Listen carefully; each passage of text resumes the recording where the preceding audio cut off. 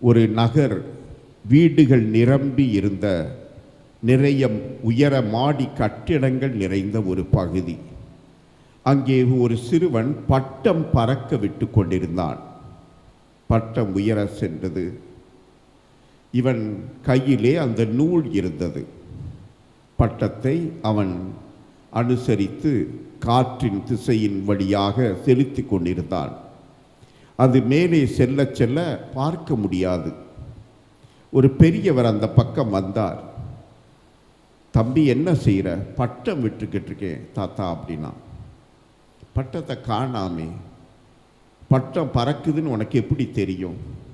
என்னுடைய கரத்தில் இருக்கும் அந்த நூல் விசையை பொறுத்து அது பறந்து கொண்டிருக்கிறது என்று எனக்கு தெரியும். ஏனெனில் அதன் பிடி என் கையில் இருக்கிறது என்றார். அன்பு சகோதர சகோதரிகளே, கடவுளை பார்க்க முடியாது கண்ணால். ஆனால் கடவுள் இருக்கிறார். அவருடைய ஆற்றல் வல்லமை நமக்கு அவ்வப்போது கொடுத்து கொண்டே இருக்கிறார். அவருடைய பிரசன்னம் நம்மை சுற்றி எப்பொழுதும் நிரம்பி வழிகின்றது.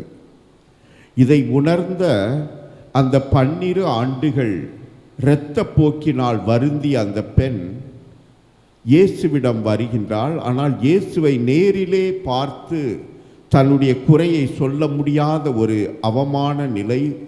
ஆகவே அவள் ஒதுக்குப்புறமாக அந்த கூட்டத்திலே அவருடைய ஆடையினுடைய ஓரத்தை தொட்டால் போதும், நான் நலம் பெறுவேன் என்ற நம்பிக்கை, விசுவாசம் அவளை உந்தி தள்ளியது.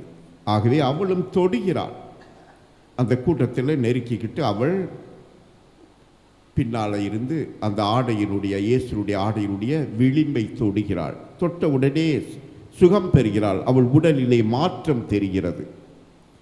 இயேசுவும் கேட்கிறார், என்னை தொட்டது யார் என்று. இவள் நடுங்கிக் கொண்டே பணிந்து தாழ்ந்து அவருடைய பாதங்களிலே விழுந்து தன்னை வெளிப்படுத்துகிறாள்.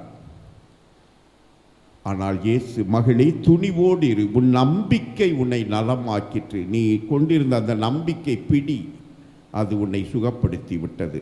நேரில் என்னை பார்த்து சொல்லாட்டினாலும் உன் உள்ளத்தில் இருந்த அந்த நம்பிக்கை விசை, அந்த விசுவாசத்தினுடைய ஆழமான பற்றுதல் உன்னை நலமாக்கிற்று என்று சொல்லுகிறார்.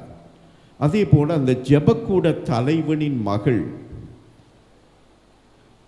இறந்த நிலை. ஆனால் அவர் உள்ளத்திலே ஒரு ஆழ்ந்த நம்பிக்கை, விசுவாசம். என்ன சொல்கிறது?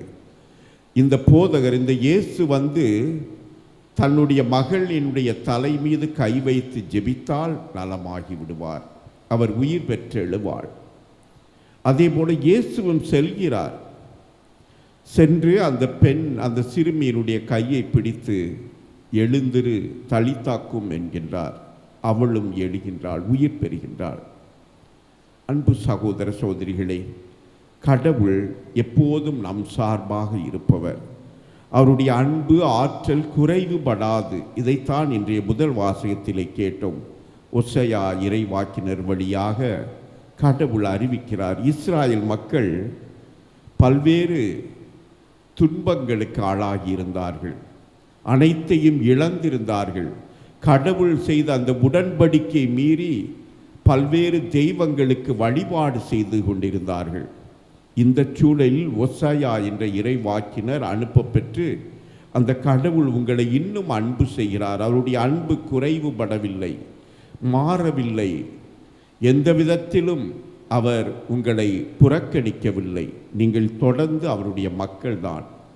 அவர் உங்களுக்கு கணவர் போல, நீங்கள் மனைவி போல, அவர் என்றும் உங்களை அன்பு செய்து நேசிக்கிறார், திரும்பி வர அழைப்பு விடுக்கிறார். அன்பு சகோதர சகோதரிகளே, நம் கடவுள் எப்பொழுதும் நம்மை அன்பு செய்பவர்.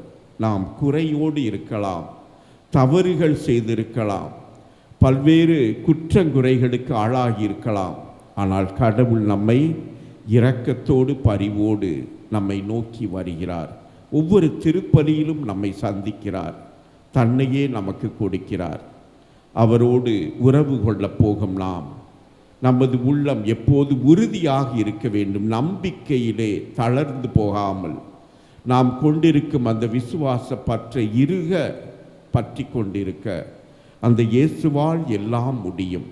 நமக்கு நலம் கிடைக்கும், சுகம் கிடைக்கும், புது வாழ்வு கிடைக்கும், மன்னிப்பு கிடைக்கும் என்ற உறுதிப்பாட்டிலே நம்மையே ஒப்பு கொடுத்து தொடர்ந்து அவருடைய அன்பு பிணைப்பிலே வாழ வரம் கேட்போம். ஆமென்.